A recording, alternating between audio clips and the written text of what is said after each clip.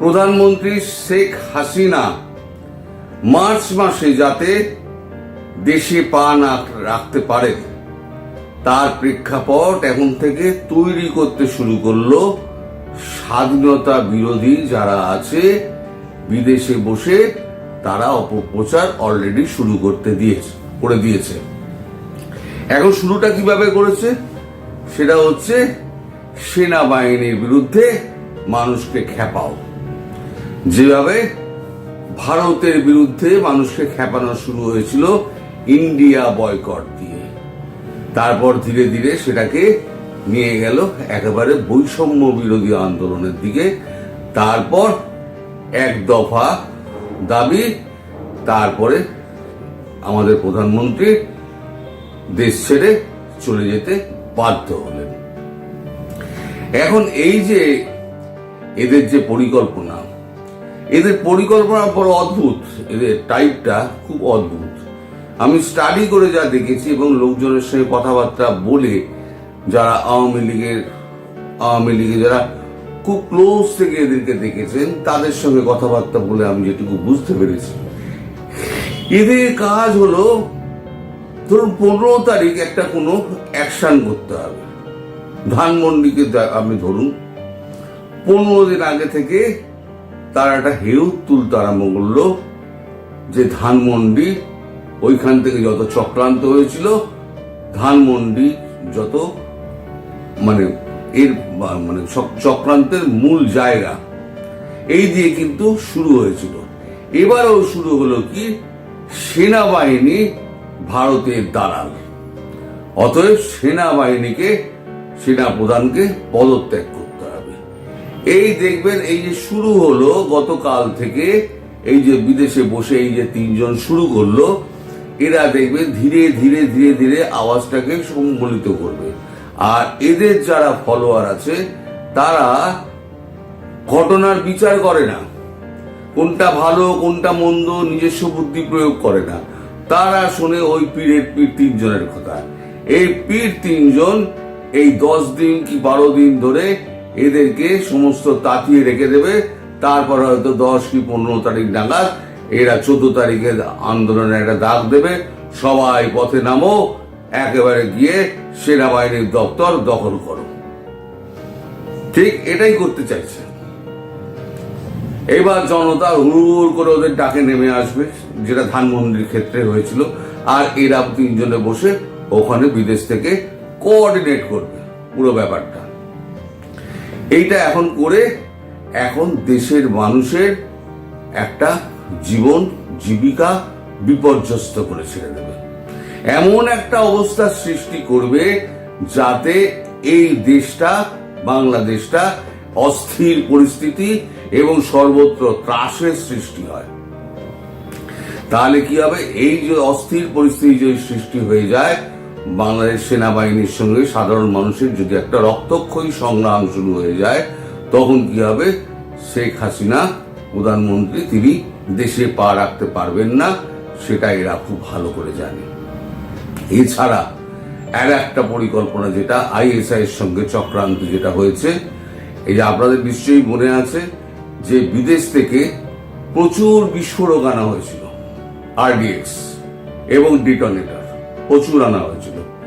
সেটা আনা হয়েছিল মণিপুর, মিজোরামে, ওখানে পাচার করবে ভারতবর্ষকে অস্থির করার জন্য। এখন আমাদের সীমান্ত এত টাইট করে দেওয়া হয়েছে, একটা মাছিও বলতে পারবে না। ফলে ওইগুলো কিন্তু ঘরে রয়ে গেছে, যেগুলো আনচেকড অবস্থায় যেগুলো ঢুকেছিল। এখন আইএসআই এর একটা দল আছে এবং এলইটি লস্করে তৈবার একটা দল রয়েছে আপনার কক্সবাজারে।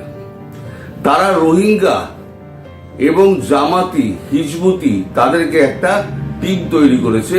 টিম তৈরি করে কি করে বিস্ফোরক করা যায়, লো ইন্টেন্সিটি, হাই ইন্টেন্সিটি বিস্ফোরক কি করে তৈরি করা যায়, তার এখন সমস্ত এগুলো শেখাচ্ছে, কি করে করতে হয় সেগুলো শেখাচ্ছে। এদের ধান্দা হচ্ছে আমাদের এই বোম্বে ব্লাস্টের মতো, মুম্বাই হামলার মতো, এরা বিভিন্ন জায়গায় একই দিনে শপিং মল থেকে শুরু করে বাজার অবধি, রাস্তাঘাট, বাস, সর্বত্র জনবহুল এলাকায় এরা একটা বিস্ফোরক রেখে দেবে এবং একই টাইমে পরপর বিস্ফোরণগুলো ঘটতে থাকবে, যাতে সারা বাংলাদেশটা অস্থির হয়ে যায়। এই দুটো কাজ কিন্তু একসঙ্গে এরা করার পরিকল্পনা রয়েছে। এই যে দেশের শত্রু যারা, আপনাদের দেশের শত্রু যারা বিদেশে রয়েছে, এই শত্রুদের নজর কিন্তু আপনাদের দেশের ৭১-এর স্বাধীনতার বিরুদ্ধে। আর ৭১-এর স্বাধীনতার বিরুদ্ধে যে এই যে তিনজন আছে, এই তিনজনকে ভাষা জুগিয়েছে তো স্বাধীনতা, বঙ্গবন্ধু। এই তিনজন যখন মায়ের পেট থেকে যখন জন্মেছিল, যখন প্রথম মা বলে ডেকেছিল, সেই ভাষাটা জুগিয়েছিলেন কিন্তু বঙ্গবন্ধু। দেশের সমস্ত সম্পত্তি ধ্বংস করে গেল, গাছ গাছালি, রাস্তাঘাট, সেতু, পদ্মা ব্রিজ সব ধ্বংস করে ফেল। আকাশে বাতাসে কিন্তু রয়ে যাবে আওয়ামী লীগ। মানুষের চেতনাকে ধ্বংস করবে কি করে? আওয়ামী লীগের চেতনা নিয়ে ধারণ করে মানুষ বেঁচে আছে, তাকে তুমি নষ্ট করবে কি করে? আওয়ামী লীগের সদস্যরা আজকে হয়তো বিভিন্ন জায়গায় তারা লুকিয়ে রয়েছেন, তারা সামনে আসতে পারছেন না। কালকে আমি নিজু মজুমদারের ভিডিওটা যখন করেছি, অনেকে বলেছেন পুরনো ভিডিও হলো, পুরনো ভিডিও যদি হয়ও, এখন সেটা ভীষণ তাৎপর্যপূর্ণ, এই সময়ের ভিত্তিতে তাৎপর্যপূর্ণ বলে ওই ভিডিওটা আমি কালকে আপলোড করেছিলাম, যে আপনারা এক হন, আপনারা সব সমবেত হন, যেটা আমি বারবার আমার ভিডিওতে বলে আসি।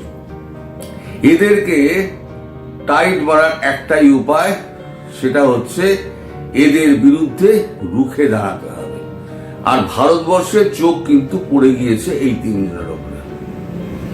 আপনারা জানেন না, ভারতবর্ষ সিআইএ এবং মোসাদ, ইসরায়েলের মোসাদ, এরা কিন্তু কোনো শত্রুকে কখনো ক্ষমা করে না। আমি ভারতবর্ষের এক শত্রুর কথা আপনাদের বলছি, তিনি কিভাবে মারা গিয়েছিলেন। আমাদের একজন অ্যাসেট ছিলেন, একজন র এজেন্ট ছিলেন, তার নাম খুব সম্ভবত রবীন্দ্রন। তার কাজ ছিল আইএসআই এর সঙ্গে, আইএসআই এর গোপন জিনিসপত্র জোগাড় টোগাড় করা এবং আইএসআই এর সম্পর্ক, অ্যাসেটের সঙ্গে সম্পর্ক, বন্ধুত্ব তৈরি করে তার কাছ থেকে খবর নেওয়া। এই করতে করতে আইএসআই করেছিল কি, তাকে তাদের অ্যাসেট করে নিয়েছিল। এবার রবীন্দ্রন হলো কি, রবীন্দ্রন ডাবল এজেন্ট হয়ে গেল। সে ভারতের মাল যেমন পাকিস্তানে পাচার করলো, পাকিস্তানের মাল ভারতে পাচার করলো।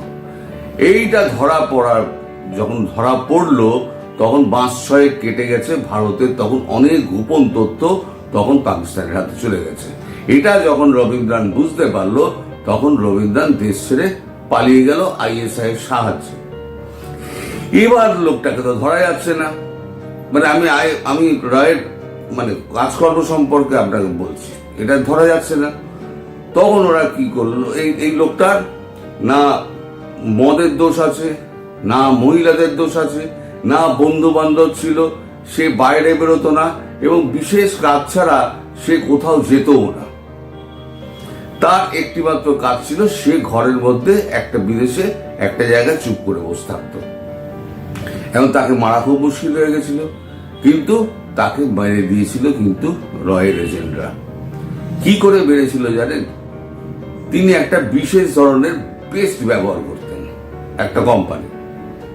সেই পেস্ট একটা নকল পেস্ট, তার যখন ওই ওয়াশ করতে আসে যে লোকজন, তাদেরকে ফিট করে তার বাথরুম যখন ওয়াশিং হচ্ছে তখন তার বাথরুমে পেস্টটাকে ঠিক যে অবস্থায় যতটা পেস্ট বেরিয়েছিল ওইটুকু বাদ দিয়ে, যে অবস্থায় টিউব ছিল পূর্বের, ওই টিউবের যে অংশ ছিল সেই টিউবের অংশের মতো একই পেস্ট, বিষ মাখানো অ্যাসিড ওখানে রেখে দিয়ে চলে এসছে। পরের দিন সকালবেলা যখন দাঁত ব্রাশ করতে করতে তিনি লুটিয়ে পড়েন এবং মারা যান। পরে যখন দেখা যায় পোস্টমর্টম করে, তার ম্যাসিভ হার্ট অ্যাটাক হয়েছে। এইভাবে কিন্তু কাজ করে। মোসাদের কাজকর্ম কিন্তু আরো ভয়ঙ্কর। তো যাই হোক, এদের কিন্তু ওপরে কিন্তু নজর পড়ে গেছে ভারতবর্ষে। ভারতবর্ষ কিন্তু এদেরকে ছেড়ে কথা বলবে না, কারণ এরা ভারতবর্ষের বিরুদ্ধেও চক্রান্ত করছে, বাংলাদেশের বিরুদ্ধে তো চক্রান্ত করছেই। এবার একটা আসি আপনার উল্টো দিকে। আপনারা সবাই দেখেছেন এবং শুনেছেন, কাগজেও বেরিয়ে গেছে যে ট্রাম্পের সঙ্গে জেলেনস্কির একটা বাকযুদ্ধ হচ্ছে। এই প্রসঙ্গ কেন এলাম আপনি একটু পরে বুঝতে পারবেন। এটা বাকযুদ্ধ হচ্ছে।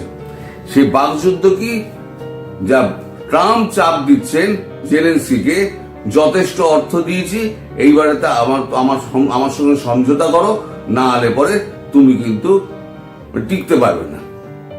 এবার সমঝোতা কি? সমঝোতা হচ্ছে যত টাকা আমেরিকা দিয়েছে সেই সমপরিমাণ টাকা তোমাকে খনিজ পদার্থ দিয়ে তোমায় আমায় শোধ করতে হবে।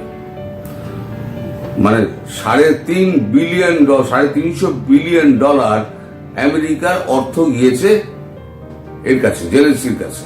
তার থেকে জেলেনস্কি প্রচুর টাকা, কয়েক 100 বিলিয়ন টাকা জেলেনস্কি নিজেই মেরে দিয়েছে। তার ওয়াইফ বিদেশে থাকেন, তিনি বুগাটি চড়েন, তিনি বিরাট বিলাসবহুল জীবনযাপন করেন। এবার জেলেনস্কিকে এই সমস্ত চাপ দেওয়া হচ্ছে। তার একটা ছোট ভিডিও আমার কাছে আছে, আমি ভিডিওটা প্লে করছি, দেখুন যে একটা প্রেসিডেন্টের সঙ্গে আর একটা প্রেসিডেন্ট কি ব্যবহার করছে। সারা পৃথিবীতে এই ধরনের ঘটনা কিন্তু কখনো ঘটেনি। আগে ভিডিওটা দেখুন। Your country is in big trouble. Can I Wait a answer? minute. No. You've done a lot of talking. Your country is in big trouble. I know. You're not winning. You're not winning this. You have a damn good chance of coming out okay because of us. Mr. President, we are staying in our country, staying strong from the very beginning of the war. We've been alone, and we are thankful. I said thanks You haven't in been this alone. cabinet, You and haven't not been only alone. in this cabinet. We gave you, through I this said stupid thank president, $350 billion. You voted we gave for you your military president. equipment, You and you voted men for are your brave, president. but they had to use our military. What about West? If you didn't have You our invited military me. equipment, You invited if me you to didn't speak. have our military equipment, this war would have been over in 2 weeks. এই ভিডিওর অবতারণা করলাম কেন? তার পেছনে তার logic আছে। হঠাৎ আমি বাংলাদেশ করতে করতে আমি কেন জেলেনস্কি আর ট্রাম্পের ব্যাপারে চলে গেলাম? আমার কথা হচ্ছে, ট্রাম্প যেখানে যেখানে অর্থ বাইডেন প্রশাসন দিয়েছিল, সেই অর্থ ট্রাম্প কি করে তুলে আনবেন, ট্রাম্প এখন সেই পথ খুঁজছেন। এবার বাংলাদেশে 29 মিলিয়ন টাকা বাংলাদেশে ঢুকেছে, ইউএসএইডের টাকা। এছাড়া তো আরো টাকা ঢুকেছে। ধরুন একটা সরকার পতন করতে গেলে 29 মিলিয়ন কিছু না, কয়েক হাজার কোটি টাকা ঢুকেছে, মানে বাংলাদেশি টাকায়। আমি তো আর মিলিয়নের এখন হিসেবে আপনাকে বলতে পারবো না। যে বিভিন্ন সোর্স থেকে এসছে, এখানে দিয়েছে সোরস দিয়েছে, টেক লবি দিয়েছে, ফার্মা লবি দিয়েছে, আর্মস লবি দিয়েছে, এরা সমস্ত টাকা দিয়েছে। টাকা দিয়ে সেই টাকাগুলো বিভিন্ন চ্যানেল মারফত একেবারে মানে আপনার সমাজের উচ্চশিক্ষিত মানুষ থেকে আরম্ভ করে শিল্পী অবধি, সাহিত্যিক, সাংবাদিক সবাইকে টাকা বেলানো হয়েছে। টাকা বিলিয়ে দীর্ঘদিন ধরে, বছর 2-3 ধরে একটা চক্র তৈরি করা হয়েছে, যারা এই বিদেশে মানে বাইডেনের আমেরিকার হয়ে যারা কাজ করবে, যারা এই প্রকাশ্যে এই যে যারা নজরুল ইসলামের মতো প্রকাশ্যে যারা বিষোদ্গার করতে শুরু করবে, ইন্ডিয়ার বিরুদ্ধে অপপ্রচার শুরু করবে যে 26 লক্ষ ভারতীয় বাংলাদেশে কাজ করে। এখন ধরলে তিনি বলেন আমি সেই সময় তো উপদেষ্টা ছিলাম না। আরে উপদেষ্টা ছিলেন তো কি আছে, আপনি তো মানুষরা তো একই আছেন। তাহলে সেই 26 লক্ষের হিসেবটা কোথায় গেল? তার মানে মানুষকে এরা ভুল বুঝিয়েছিল, ভুল বুঝিয়ে মানুষকে রাস্তায় নামিয়ে আজকে মানুষ তার ফল ভোগ করছে। আপনারা এদের ফাঁদে কেউ পা দেবেন না।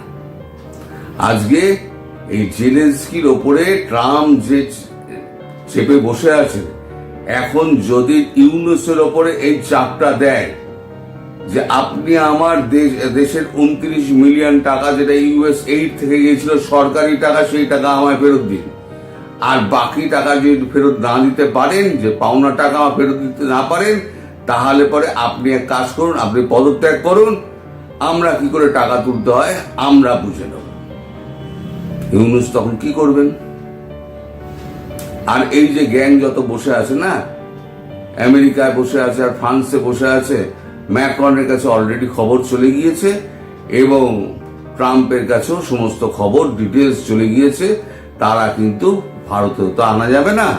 এই সরকার পরিবর্তন হলে এখন তারা ওখানে জেলে থাকবে, সরকার পরিবর্তন হলে তাদের এক্সট্রাডিশন করা হবে। সুতরাং এখন আপনারা একটু সাবধান হন। এই মার্চ মাসের 23 তারিখের আগে পরে প্রধানমন্ত্রী শেখ হাসিনার ভারতে যাওয়ার কথা, দেশে যাওয়ার কথা।